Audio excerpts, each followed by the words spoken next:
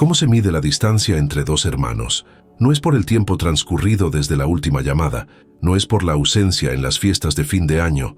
La distancia real reside en un lugar más sutil, más cruel. Es cuando escuchas su nombre y sientes algo entre un nudo en el estómago y un vacío. Un recuerdo que no sabes si vuelve como nostalgia o como deuda. ¿Te has dado cuenta de lo fácil que es explicar el fin de un matrimonio, de una amistad, incluso de un trabajo? Pero ¿cómo se explica el fin entre hermanos? No hay una pelea declarada, no hay una separación oficial, no hay división de bienes ni de recuerdos, solo un vaciamiento lento, silencioso, que nadie se atreve a nombrar. Un día compartían la misma habitación, los mismos juegos, los mismos miedos nocturnos. Hoy apenas saben lo que pasa en la vida del otro. Y lo peor, nadie pregunta por qué, porque preguntar sería admitir que algo ha muerto. Freud decía que la familia es el primer escenario donde aprendemos a amar, pero también el primero donde aprendemos a herir sin palabras. Y entre hermanos, esa herida tiene un nombre que nadie quiere pronunciar: abandono mutuo. No es el abandono dramático de las películas, es el tipo que ocurre a cámara lenta, disfrazado de vida ajetreada, de compromisos de cada uno con su familia ahora. Es el tipo de abandono que todo el mundo acepta como natural, pero que por dentro corroe como el ácido. Este vídeo no te ofrecerá la reconciliación en 7 pasos, no te prometerá que una conversación resolverá décadas de silencio. Lo que hará es algo más incómodo y más necesario. Te mostrará las 7 razones por las que el distanciamiento entre hermanos no es accidental, sino estructural. Es psicológico, a menudo es inevitable. Y tal vez, solo tal vez, finalmente entiendas por qué algo tan simple como una llamada se ha vuelto imposible. Porque en el fondo, ya lo sabes, no es pereza, es dolor. Y el dolor que no tiene nombre se convierte en una distancia que no tiene fin. Hay algo dentro de ti que todavía se pregunta si él piensa en ti, si ella te extraña, si en algún momento, solo en la madrugada, él también se pregunta dónde se torció todo. Pero esas preguntas nunca salen de tu cabeza, nunca se convierten en palabras, nunca llegan a él. Y así, mes tras mes, año tras año, la ausencia deja de ser extraña y se convierte en lo normal. Lo que pasó entre ustedes no fue una ruptura, fue una erosión, como el agua que gotea sobre la piedra hasta abrir un agujero. Cada pequeño resentimiento sin resolver, cada silencio incómodo, cada reunión familiar en la que apenas se miraron, todo eso fue cavando un abismo que ahora parece insuperable. Y la primera razón detrás de esta erosión es la más antigua de todas. La infancia nunca se olvida, solo se esconde. Creciste escuchando que los hermanos son para siempre, que el lazo de sangre es inquebrantable, como si la biología garantizara el afecto. Pero la verdad que nadie cuenta es que entre hermanos, lo que parece unión a menudo esconde competencia sin resolver, envidia mal digerida y heridas que nunca se nombraron. El inconsciente, como nos mostró Freud, tiene sus propios códigos. Y entre ustedes dos, esos códigos se escribieron demasiado pronto, en un lenguaje que ninguno de los dos aprendió a traducir. ¿Recuerdas el día en que te diste cuenta de que tu hermano recibía más atención? No tiene por qué ser un acontecimiento dramático. A veces era solo el tono de voz de tu madre cuando le hablaba, o la forma en que tu padre le sonreía más ampliamente a ella. Pequeñas cosas que, a los 5, 6, 7 años, parecían grandes verdades sobre quién eras en el mundo. Y entonces lo guardaste, no como ira declarada, sino como una sensación difusa de no ser suficiente, de necesitar competir, de nunca estar realmente en paz cuando él estaba cerca. Esa sensación nunca tuvo nombre, nunca se convirtió en tema de conversación en la mesa, nunca fue validada por nadie, así que se fue al único lugar que le quedaba, dentro de ti, y allí, en lo más profundo de tu pecho, comenzó a crecer como una planta en la sombra, silenciosa, pero viva. Con el tiempo, aprendiste a disimular, aprendiste a sonreír en las fotos familiares, aprendiste a decir «te quiero» cuando alguien lo esperaba. Pero por dentro, algo se estaba cristalizando, la certeza de que tú y tu hermano no erais iguales a los ojos de quienes importaban. El tiempo no cura lo que se ha negado, solo silencia lo que no nos atrevemos a tocar, y el silencio, con el paso de los años, se convierte en un lenguaje frío, un pacto invisible de distanciamiento emocional. Cuando no se habla de lo que duele, la memoria lo transforma todo en un dolor silencioso. Recuerdas su rostro, pero no recuerdas la última vez que se miraron de verdad. Y tal vez ni siquiera quieras recordar, porque recordar sería admitir que hubo un tiempo en el que eran cercanos, y eso duele más que aceptar que siempre han estado distantes. Freud creía que todo afecto intenso conlleva una sombra, y entre hermanos, esa sombra suele nacer pronto, cuando uno recibe más elogios, cuando el otro tiene más libertad, cuando el logro de uno es el silencio para el otro. No se trata de culpa de los padres. En la mayoría de los casos ni siquiera se daban cuenta de lo que estaban haciendo. Se trata de una estructura emocional que se formó allí, en ese tiempo que nadie más visita. El distanciamiento actual puede ser la consecuencia directa de lo que nunca se permitió sentir sin castigo: ira, celos, frustración, emociones naturales, pero que fueron barridas bajo la alfombra de la convivencia. ¿Qué quedó? Una convivencia artificial que, al menor roce, se derrumbó como un muro construido sobre el rencor compactado. Hay un dolor que nadie admite: haber envidiado a un hermano, y hay un dolor aún mayor: haber sentido que te envidiaban.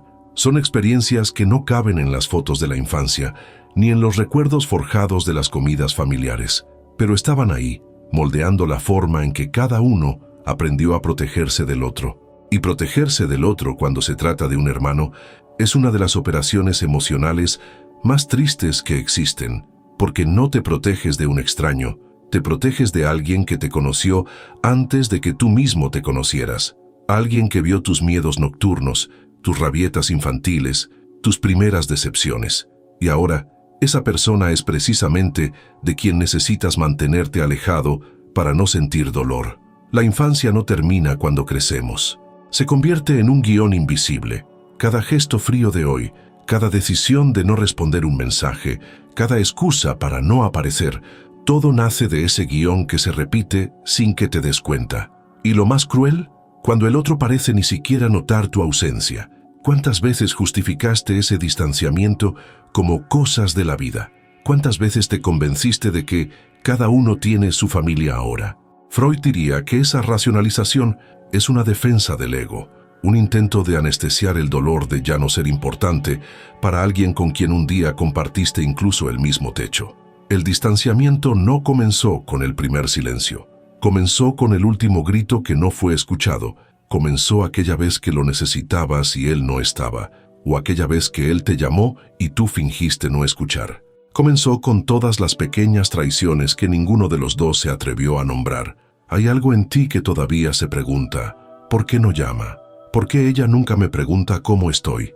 Pero enterras la pregunta con la rutina, y eso te consume por dentro, de forma silenciosa y constante, como un cansancio sin nombre.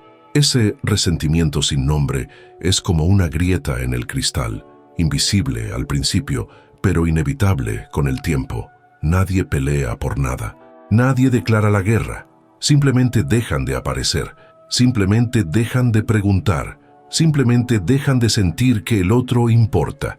Y lo más perverso es que, a menudo, tú también has empezado a evitarlo, no por desprecio, sino por agotamiento, porque amar a alguien que siempre te ha dejado en segundo plano duele, porque esperar algo de alguien que nunca ha entendido tu dolor duele, y porque en algún momento de tu vida decidiste que preferías la soledad honesta a la convivencia fingida.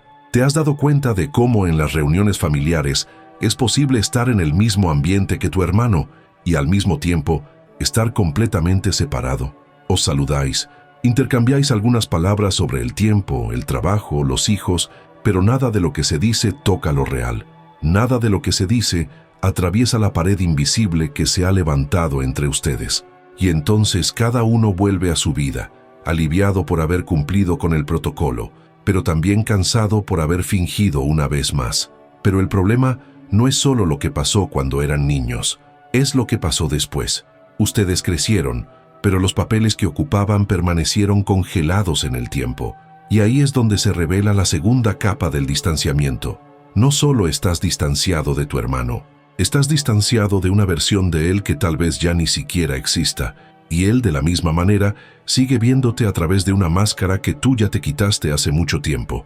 Desde temprana edad, a cada hermano se le asignó un papel: el responsable, el rebelde, el débil, el inteligente, el difícil, el gracioso.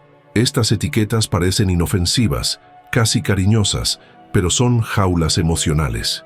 Lo que comenzó como una forma de los padres de organizar la dinámica familiar se convirtió, sin que nadie se diera cuenta, en la única manera en que aprendieron a reconocerse.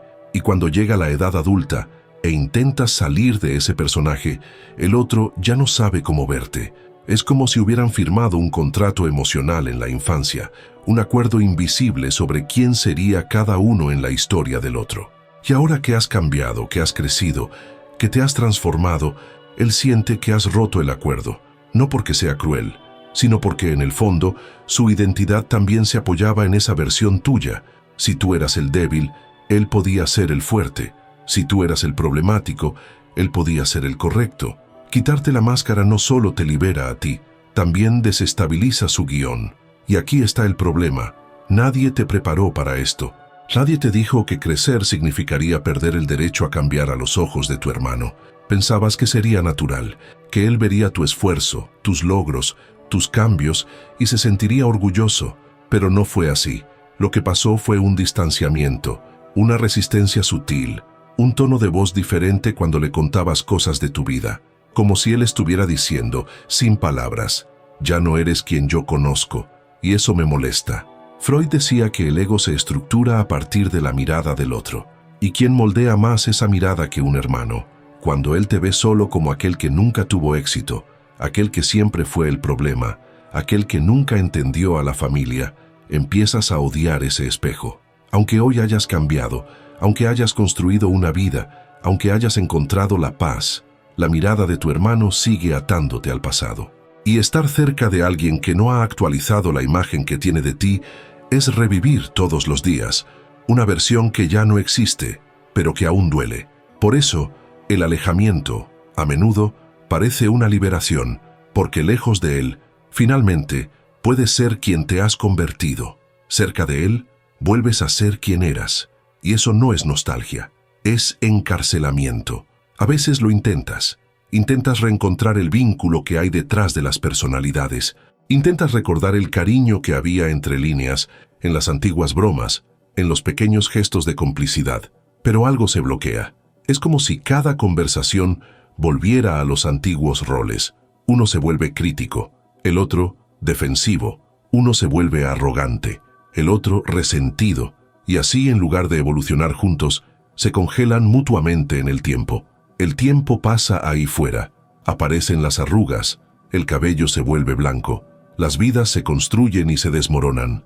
Pero dentro de la relación fraternal, todo parece detenerse. Siguen atrapados en una dinámica de hace décadas, interpretando personajes que ni siquiera recuerdan haber elegido. Hay algo profundamente agotador en estar cerca de alguien que solo te ve por lo que fuiste. Cada uno de tus gestos se interpreta a través de un filtro viejo y polvoriento que ya no se corresponde con la realidad. Puede que hayas superado traumas, construido una carrera, encontrado el equilibrio emocional, pero para él sigues siendo ese niño inseguro, esa niña que siempre necesitaba aprobación.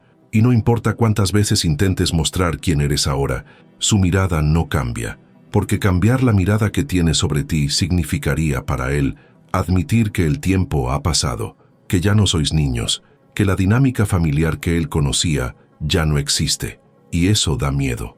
Quizás estés cansada de intentar mostrar en quién te has convertido, quizás él también, y en el fondo, ese distanciamiento no se decidió en una conversación, fue simplemente la única forma de respirar sin el peso de seguir representando un papel que ya no encaja. Cuando el vínculo no se reinventa, se rompe. Y no porque haya dejado de haber amor, sino porque el amor quedó atrapado en una versión antigua de ustedes dos. Alejarse, en este caso, es la única forma que el inconsciente ha encontrado para sobrevivir emocionalmente. Lo más triste es que, en algún lugar, escondidos detrás de las máscaras y los papeles, todavía existís vosotros dos, los hermanos reales. Pero estos hermanos nunca se han encontrado de verdad, porque para eso se necesitaría valor. Valentía para decir: ya no soy esa persona, y tú tampoco. Valentía para empezar de cero, sin el peso de la historia, sin la prisión de las etiquetas. Pero esa conversación nunca tiene lugar, y así seguís distantes, cada uno cargando con la versión fantasma del otro. Pero hay algo aún más doloroso que estar atrapado en un papel antiguo. Es darse cuenta de que cuando finalmente lograste salir de él, cuando construiste una vida diferente, cuando elegiste un camino que no estaba en el guión familiar, tu hermano no lo celebró. Se alejó, porque tu libertad le pareció a sus ojos una traición. Freud entendía que las diferencias entre hermanos pueden volverse intolerables cuando uno de ellos parece representar una salida, una libertad que el otro nunca pudo alcanzar. No se trata de política, no se trata de religión, no se trata de vivir en ciudades diferentes o tener estilos de vida opuestos. Se trata de algo más profundo y más doloroso. Se trata de sentir que el otro desprecia, aunque sea en silencio, el mundo que compartieron. Y más que eso, sentir que él o ella ahora te mira desde arriba, como si hubiera escapado de algo que tú aún cargas. ¿Alguna vez has sentido eso? Esa incomodidad al compartir un logro con tu hermano y percibir, en su tono de voz, una frialdad que no debería estar ahí. O tal vez tú eres el que se alejó y sientes la acusación silenciosa cada vez que se vuelven a encontrar, como si él dijera, sin palabras, ¿ahora te crees mejor que nosotros? O peor aún, ¿has olvidado de dónde vienes? La verdad es que cuando un hermano cambia significativamente su vida, cuando se va de la ciudad, cuando consigue algo que el otro no ha conseguido, cuando abraza valores que contradicen los de la familia, eso no se ve solo como una elección personal.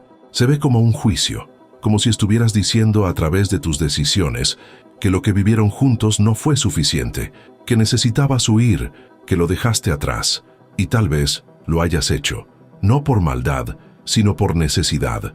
Tal vez para ti, crecer significó romper con los patrones familiares que te ahogaban. Tal vez necesitabas distanciarte para poder respirar, para poder convertirte en quien realmente eres. Pero para él, eso pareció un abandono, pareció un rechazo. Pareció como si hubieras declarado que todo lo que fueron juntos ya no valía nada. El problema es que nadie explica eso.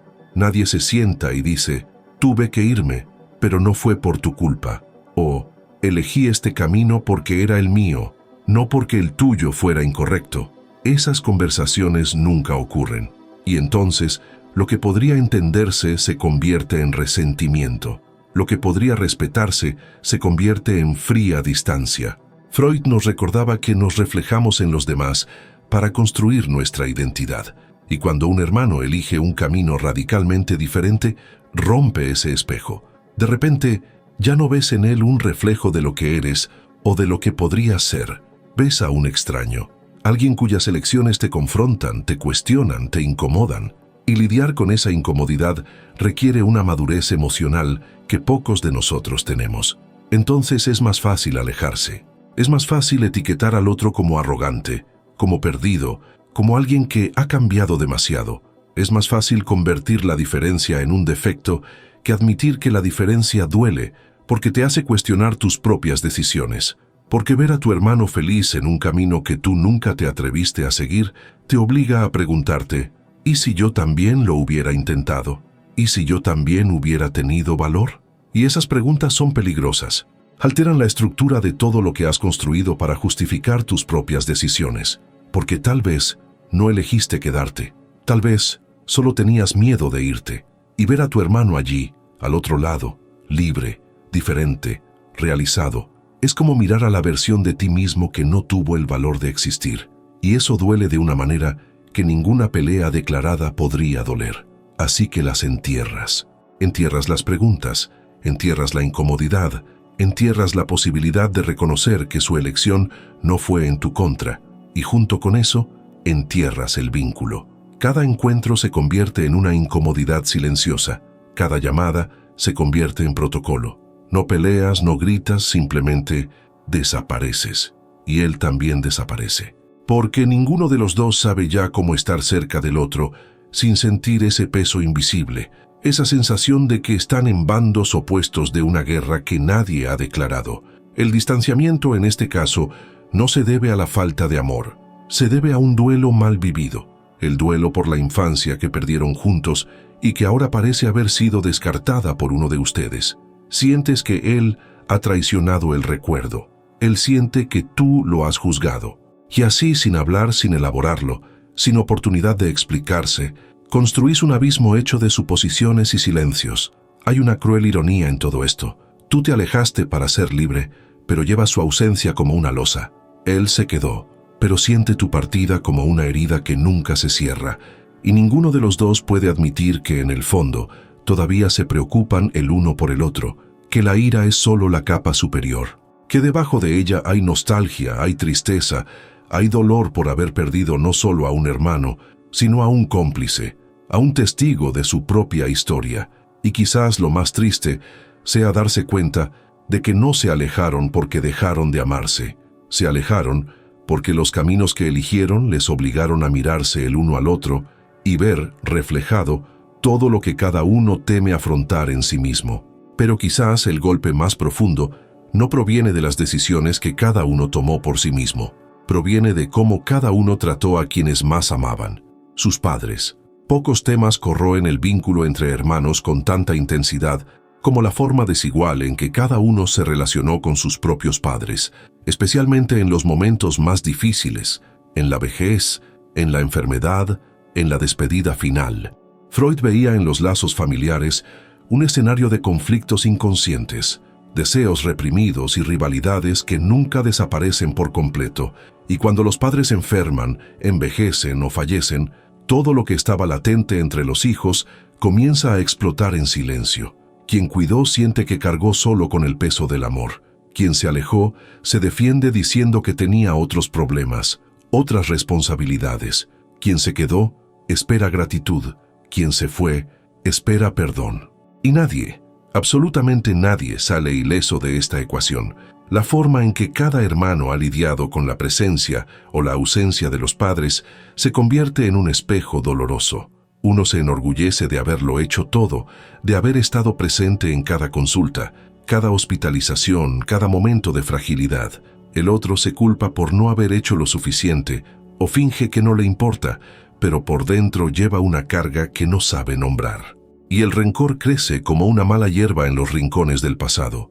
Quizás hayas sentido que tu hermano huyó cuando más lo necesitaban, o que lo controló todo, poniéndose como el salvador, el único que realmente amaba, mientras te trataba como un secundario en la historia de tus propios padres. Quizás hayas sentido que se empeñó en parecer el mártir, publicando en las redes sociales cada gesto de cuidado, mientras tú sufrías en silencio, lejos de los focos. Y aunque te callaras en ese momento, eso quedó registrado en tu cuerpo como ira congelada. Freud decía que el resentimiento es el duelo que no se ha realizado, y tal vez dentro de ti haya un duelo inconcluso, el duelo por el padre que se fue, por la madre que cambió, por el hermano que no apareció cuando más lo necesitabas, o que apareció demasiado y te hizo sentir invisible. Y detrás de toda la conversación civilizada que mantienen ahora, hay un juicio invisible, pero constante. Él me falló en ese momento. Ella nunca me entendió en ese momento. A veces, el distanciamiento entre hermanos no tiene que ver con ellos. Tiene que ver con los padres, con todo lo que los padres dejaron sin resolver, sin compartir, sin equilibrar. Herencias emocionales que no aparecen en el testamento, pero que pesan más que cualquier bien material. Disputas por el reconocimiento que comenzaron en la infancia y se intensificaron al final. Cicatrices que se heredaron junto con el apellido. Sabes de lo que estoy hablando. Ese momento en que tu madre estaba en el hospital y le llamaste para que viniera, y no vino. O vino, pero de mala gana, con prisa, como si estuviera cumpliendo con una obligación molesta. O ese día en que no pudiste estar presente porque la vida no te lo permitió. Y cuando finalmente llegaste, su mirada lo dijo todo. ¿Dónde estabas cuando te necesité? Esas heridas no se curan con el tiempo. Se hacen más profundas, porque cada vez que se ven, la mirada lleva consigo el recuerdo de ese momento. Y si estás leyendo esto y sientes un nudo en el pecho, si reconoces tu propia historia en estas palabras, entonces tal vez sea hora de hacer algo que has estado posponiendo durante demasiado tiempo. No estoy hablando de una reconciliación forzada.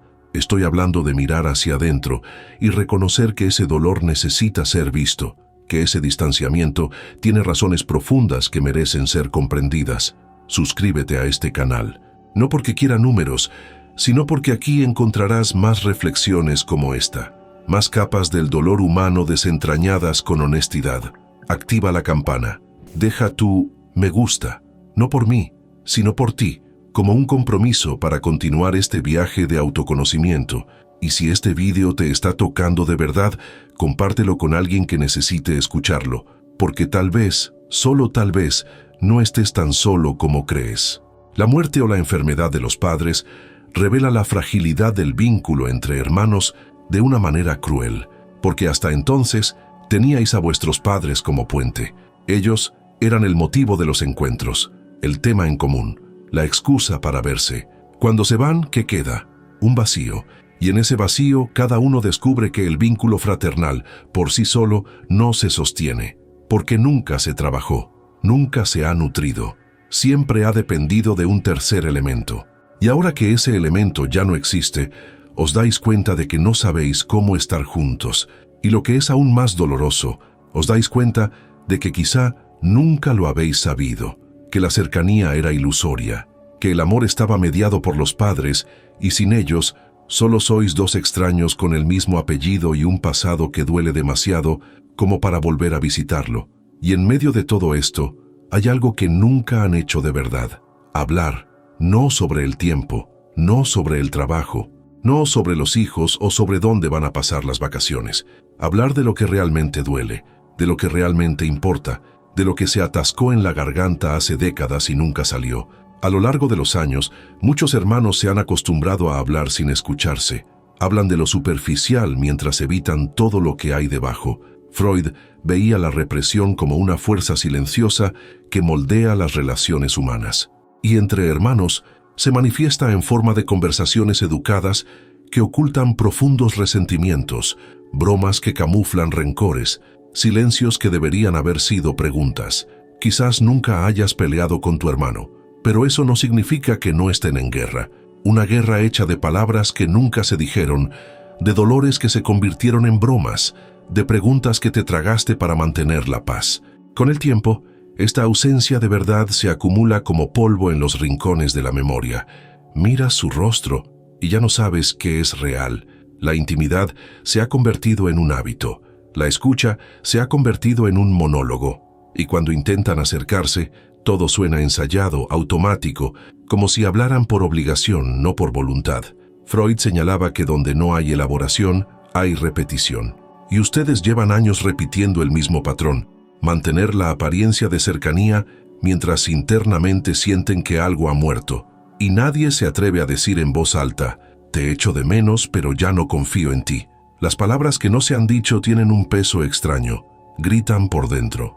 ¿Recuerdas aquella vez que necesitabas apoyo y recibiste un silencio incómodo? Aquella crítica velada que se te atragantó en la garganta. De esos consejos disfrazados de juicio que te hicieron sentir pequeño, inadecuado, equivocado. Todo eso quedó, no pasó, no se olvidó. Solo se empujó a un rincón donde no hay que mirarlo. Freud lo llamaría desplazamiento emocional. Cuando dirigimos la ira y la frustración a lugares seguros, mientras el verdadero conflicto permanece intacto. Entre hermanos, esto es fatal, porque sin una escucha real, sin verdad, el afecto se pudre. Y lo que queda es una convivencia automática, fría, que va perdiendo sentido hasta desaparecer por completo. Quizás digas que no hubo tiempo, que la vida adulta es ajetreada, que los problemas se acumularon, pero en el fondo sabes, si realmente hubieran querido escucharse, lo habrían hecho. El problema no es la falta de tiempo, es el exceso de miedo.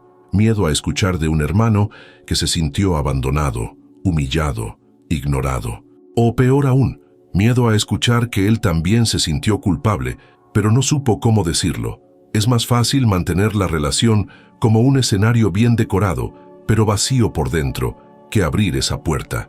Porque abrir esa puerta significa enfrentar décadas de cosas no dichas. Significa admitir que han fallado el uno al otro, que hubo momentos en los que el amor no fue suficiente, que hubo decisiones que hicieron daño, y no todo el mundo está preparado para esa verdad. Así que eligen el teatro, Eligen las conversaciones superficiales, los encuentros protocolarios, los mensajes de cumpleaños que no dicen nada real. Y así, año tras año, la distancia aumenta. No porque hayáis peleado, sino porque habéis dejado de intentar acercaros. Este distanciamiento no es falta de diálogo, es exceso de palabras que no llegan, es el cansancio de hablar con alguien que no ve tu dolor, y también el miedo a ver el dolor del otro y no saber qué hacer con él. ¿Te has dado cuenta de cómo es posible pasar horas al lado de tu hermano en una reunión familiar y al final no haber dicho nada que importe? Os reís de los mismos chistes de siempre, contáis las mismas historias, pero no se crea nada nuevo, no se comparte nada verdadero. Es como si hubiera un acuerdo tácito. No profundizamos más porque sabemos que ahí abajo duele demasiado. Y quizá tengáis razón. Quizás profundizar realmente duele. Pero lo que no se dan cuenta es que quedarse en la superficie también duele. Solo que es un dolor más lento, más difuso, más difícil de nombrar. Es el dolor de saber que tienes un hermano, pero no tienes un vínculo. Es el dolor de llevar un lazo que existe en el papel, pero no en la práctica. Es el dolor de sentir que son familia por obligación, no por elección. Hay algo particularmente sofocante en mantener una relación basada solo en las apariencias. Sabes que él no te conoce de verdad, y tú tampoco lo conoces.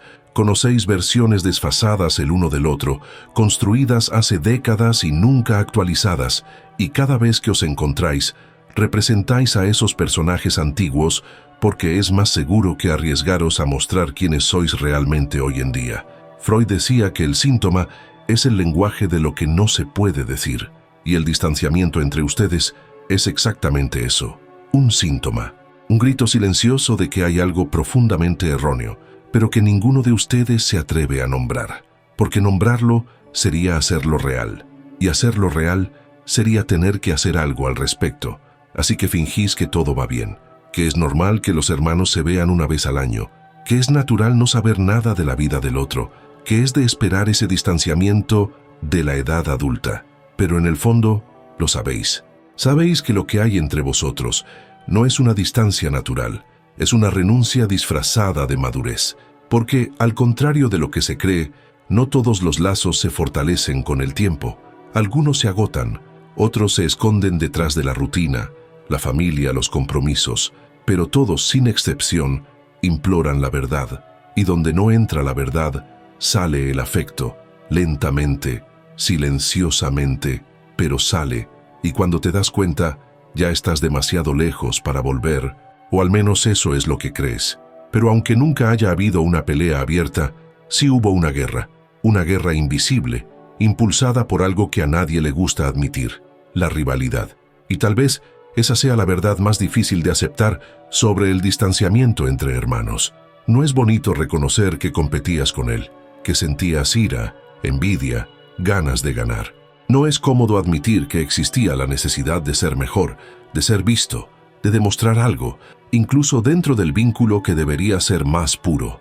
Freud escribió que el ser humano está movido por impulsos contradictorios, y entre hermanos, estos impulsos son intensos porque parten del mismo útero emocional. Crecieron juntos, pero con cada logro de uno, el otro perdía algo. A veces perdía su posición, otras veces perdía la tranquilidad de sentirse único. La competencia fraternal rara vez es directa. Se esconde detrás de ironías, pequeñas comparaciones, sonrisas que duelen. Quizás tu hermano nunca dijo nada, pero viste en sus ojos ese brillo amargo cuando algo tuyo salió bien. O quizás sentiste que tus logros nunca fueron realmente celebrados. Entonces te callaste, porque el ego, como enseñaba Freud, es frágil ante la mirada del otro. Y la mirada del hermano, cuando está contaminada por la rivalidad, se convierte en un arma invisible, una que hiere sin sonido, pero con precisión. Y aprendiste, poco a poco, que era más fácil ocultarse que explicarse. Con el tiempo, esa disputa deja de ser activa y se convierte en incomodidad. La presencia del otro te avergüenza, te comparas sin querer, su éxito te provoca, aunque estés en paz. Su dolor te desconecta, aunque te importe. Es un nudo ciego. Y Freud lo llamaría repetición del trauma, una tendencia inconsciente a revivir en ciclos lo que no se ha elaborado. El alejamiento surge como defensa, no por odio, sino por cansancio, porque estar cerca de tu hermano significa, para tu inconsciente, revivir la sensación de no ser suficiente.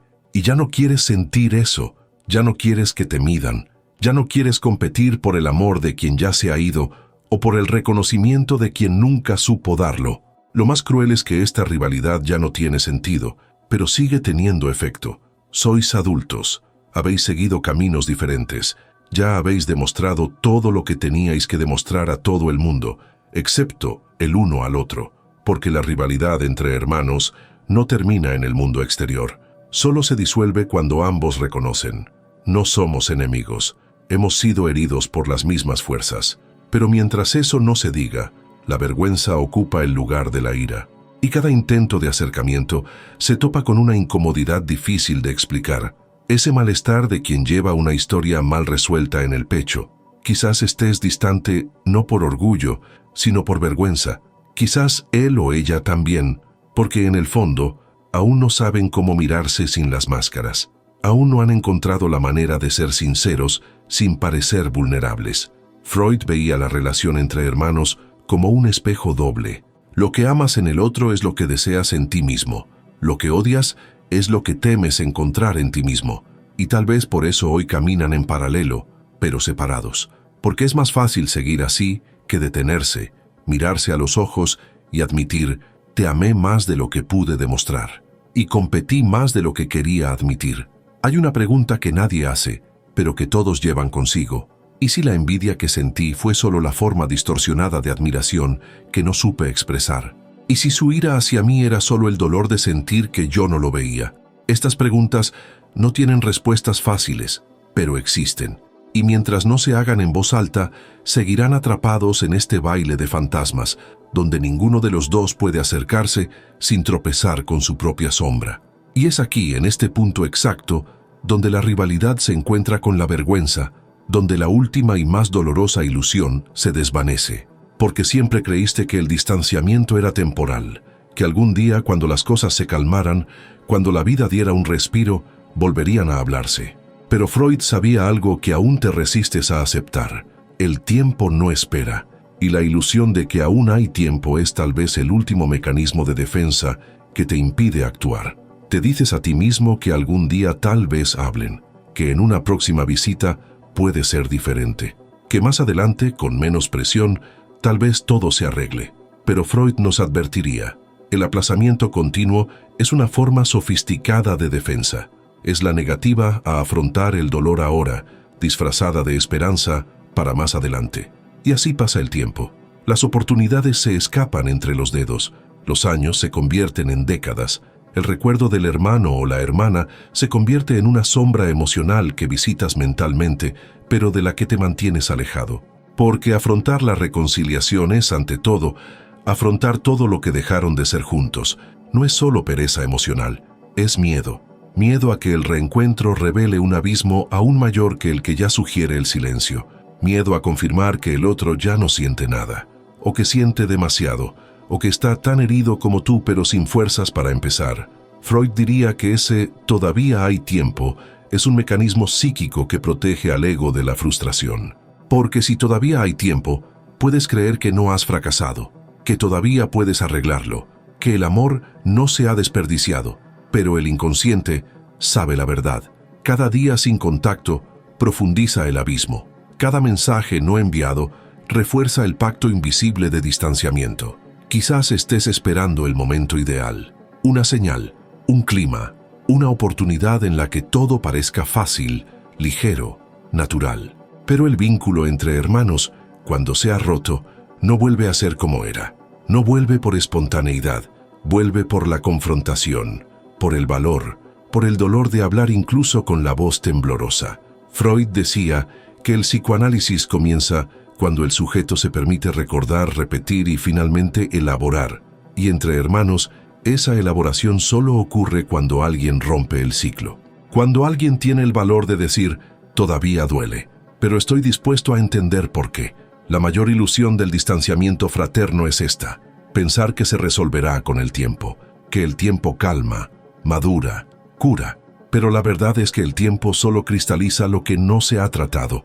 El dolor se convierte en hábito, la distancia se convierte en identidad, el silencio se convierte en una protección que nadie más se atreve a atravesar. Y cuando finalmente sientas que ya has esperado lo suficiente, tal vez descubras que el otro ya se ha rendido, o que tú mismo ya has olvidado el camino de regreso. El inconsciente no perdona lo que se ignora, lo transforma en síntoma, y ese síntoma se llama ausencia, que nunca deja de molestar. Freud nos recuerda que lo que evitamos se convierte en lo que más nos define, y tal vez tú ya estés definido, sin darte cuenta, por esa relación inconclusa. El hermano o la hermana que vive en silencio dentro de ti sigue ahí, aunque ya no esté en tu vida, porque el vínculo sanguíneo, cuando no se vive, se convierte en un fantasma que aparece en cumpleaños, en sueños, en conversaciones aleatorias, un fantasma que te visita cada vez que te preguntas en silencio antes de dormir, ¿y si lo hubiera intentado? ¿Y si él todavía estuviera esperando? ¿Y si nunca hubiera otra oportunidad? Pero aquí está lo que Freud también nos enseñó. La comprensión, incluso sin restauración, libera. No necesitas reconciliarte para liberarte. No necesitas su perdón para perdonarte a ti mismo. Lo que necesitas es dejar de esperar que el tiempo haga por ti lo que solo tu valentía puede hacer. Quizás nunca vuelvan a ser cercanos. Quizás el vínculo se haya roto de forma irreparable, pero reconocerlo, mirar ese dolor sin desviar la mirada, sin justificarlo, sin posponerlo, ya es una forma de curación, porque lo que te ata no es su ausencia, es tu negativa a aceptar que la ausencia existe.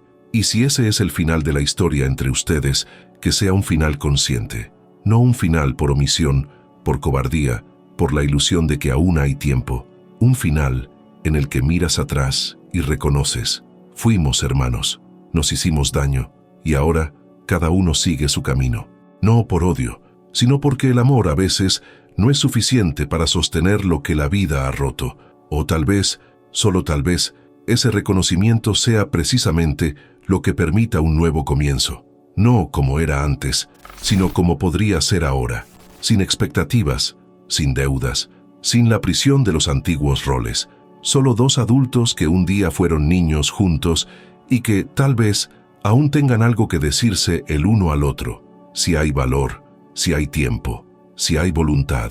La elección ahora es tuya.